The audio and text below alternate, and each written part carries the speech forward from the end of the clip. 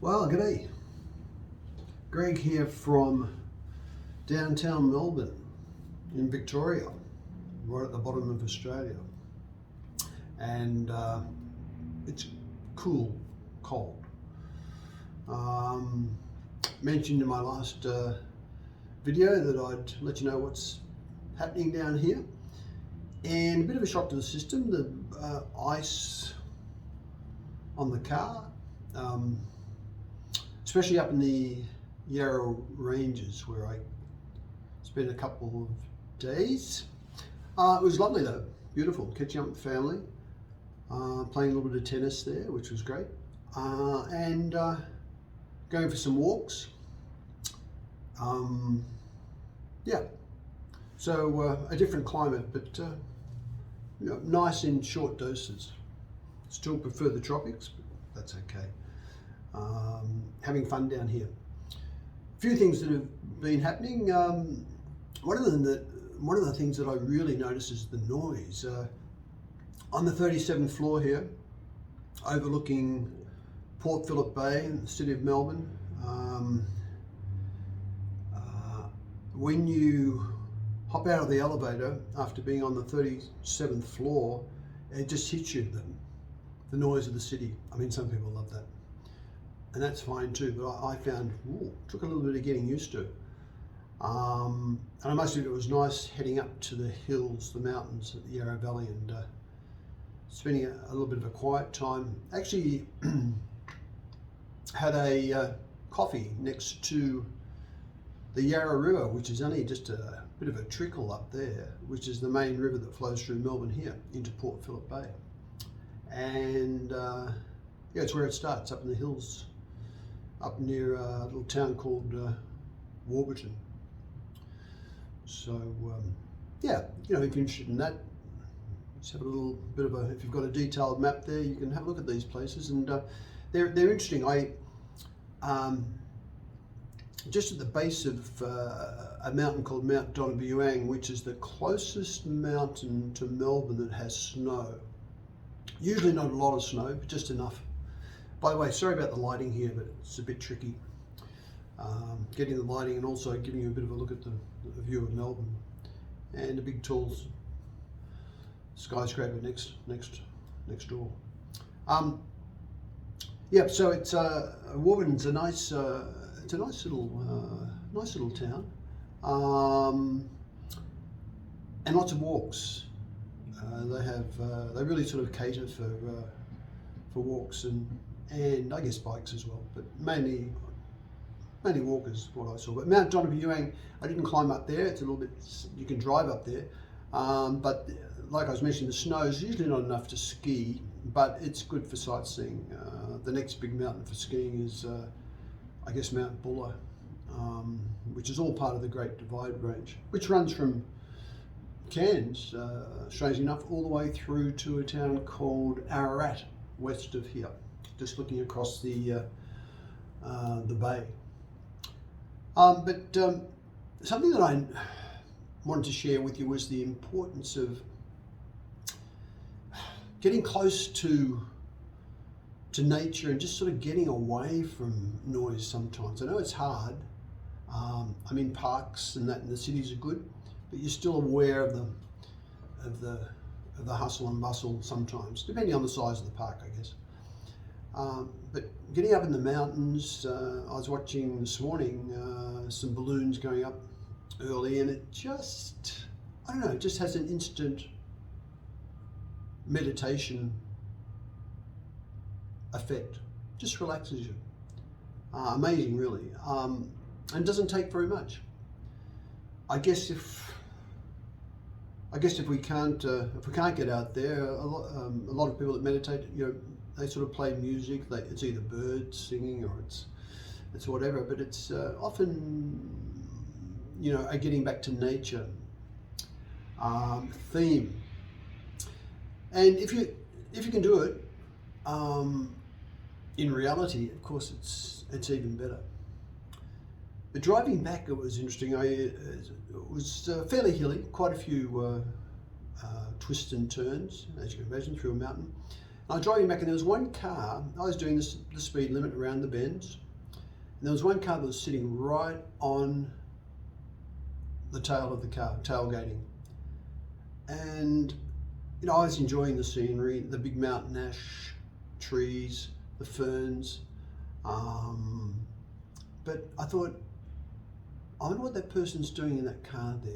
Are they enjoying the journey, the scenery? Or have they done it so many times it's just sort of, they ignore it, it's just blasé now. What are they looking at? I mean, they're looking at the back of my car, probably looking at a time where they can shoot past me, which is pretty tricky for them because there's a lot of bends, very dangerous. But he was sitting right on the tail there, and I must admit I sort of felt a bit stressed. I don't know if you get that way when cars tailgate you, and you sort of feel as if you've got to go faster, or you're doing something wrong, or. But then I thought, no, I'm just going to go the speed limit, round the bend, slow down, and enjoy the drive. What he gets out of it, I don't know, or she. I don't know who was driving, because they turned off after about half an hour. But it was interesting, that the journeys we take. Are we so familiar with things that we just don't notice them anymore? I don't know where you live. You might live in a high rise like this, 37 stories up, and you're looking at people and cars and detached a little bit. But you still notice the hustle and bustle, all the cars at peak hour travelling into town, travelling out, people doing things. And I often wonder, do they ever have a chance to just relax? And wonder what they do with their leisure time. And it's really important to do, to spend some time close to nature. I encourage you all, if you get a chance to do that, just to get away. It doesn't have to be for a long time. Maybe like I said, maybe it's in a park if it's nice and quiet. I mean, let's just relax. There's so much stimulation out there. I think that person that was following me in the car, I don't know, they might have had the radio on, listening to whatever sort of music. I'm sure it wasn't relaxing music, because he wasn't driving in a relaxing way. But I just wish he'd perhaps enjoy the journey a bit more and the scenery around him. Obviously he was focused on getting to where he wanted to go in a hurry. That can happen sometimes. But there's just too much hurry, too much hustle and bustle, and too much stimulation, and it robs us of a lot of joy. So I encourage you, if you get a chance, slow down, relax. You may be in a beautiful place, close to nature now. Perhaps you might have taken it for granted. So I encourage you to just look at it from fresh eyes, brand new eyes, and really appreciate it. You might be in a busy city, and I think if you look, you can find a place. Perhaps you can't travel far. I don't know what your situation is, but perhaps there are mountains close by to where you live. I encourage you to spend some time just winding down and relaxing. Because at the end of the day, there's so much going on, and our minds are just so active, aren't they? That, we just forget to slow down sometimes. And if we do slow down, or if we try to slow down, we're often thinking of the next thing we have to do, instead of just being in the moment, which is pretty special. 37 stories up. Not big on heights, like I mentioned, even though I fly aeroplanes, but it's a different dynamic. But watching somebody build a skyscraper over there, watch some of the cruise ships coming in, it's lovely, it's nice. But it's a detachment. You feel detached from people, you feel detached from nature, even though there's a lovely waterway out there, Port Phillip Bay. If you head out there, you head across to Tasmania.